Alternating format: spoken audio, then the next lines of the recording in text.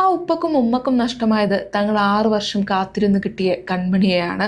എന്നാൽ മറ്റൊരു കുടുംബത്തെ കൂടി കണ്ണീരിലാക്കാനില്ല എന്നതായിരുന്നു അവരുടെ തീരുമാനം.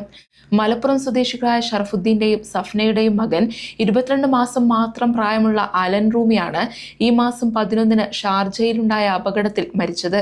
എന്നാൽ അപകടത്തിന് കാരണക്കാരനായ ഡ്രൈവറെ നിയമക്കുരുക്കിൽ നിന്നും മോചിപ്പിക്കാൻ ആ ദമ്പതികൾ അവർക്ക് മാപ്പ് നൽകുകയായിരുന്നു. അദ്ദേഹത്തെ ക്രൂശിച്ചതുകൊണ്ട് ഞങ്ങളുടെ മകനെ തിരികെ കിട്ടില്ലല്ലോ എന്നതായിരുന്നു ആ മാതാപിതാക്കളുടെ ചോദ്യം. വിസിറ്റ് വിസയിൽ ഷാർജയിലുള്ള ഭർത്താവിന്റെ അടുത്തേക്ക് മകനുമായി എത്തിയതായിരുന്നു സഫ്ന. അപ്പോഴാണ് അപ്രതീക്ഷിതമായ അപകടമുണ്ടാകുന്നത്. ഫ്ളാറ്റിന് സമീപത്തെ മണൽ വിരിച്ച പാർക്കിംഗ് ഏരിയയിൽ മാലിന്യം നിക്ഷേപിക്കാൻ പോയപ്പോൾ സഫ്നയുടെ കയ്യിൽ നിന്ന് കുതറിയോടിയ അലൻ പാർക്ക് ചെയ്തിരുന്ന വാഹനം എടുക്കുന്നതിനിടയിൽ അതിനടിയിൽപ്പെടുകയായിരുന്നു.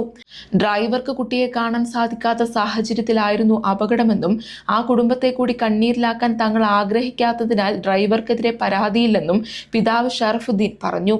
അപകടം നടന്ന ഉടനെ ഡ്രൈവർ തന്നെ കുട്ടിയെ ആശുപത്രിയിലെത്തിച്ചെങ്കിലും ആന്തരിക രക്തസ്രാവം മൂലം ജീവൻ രക്ഷിക്കാനായില്ല.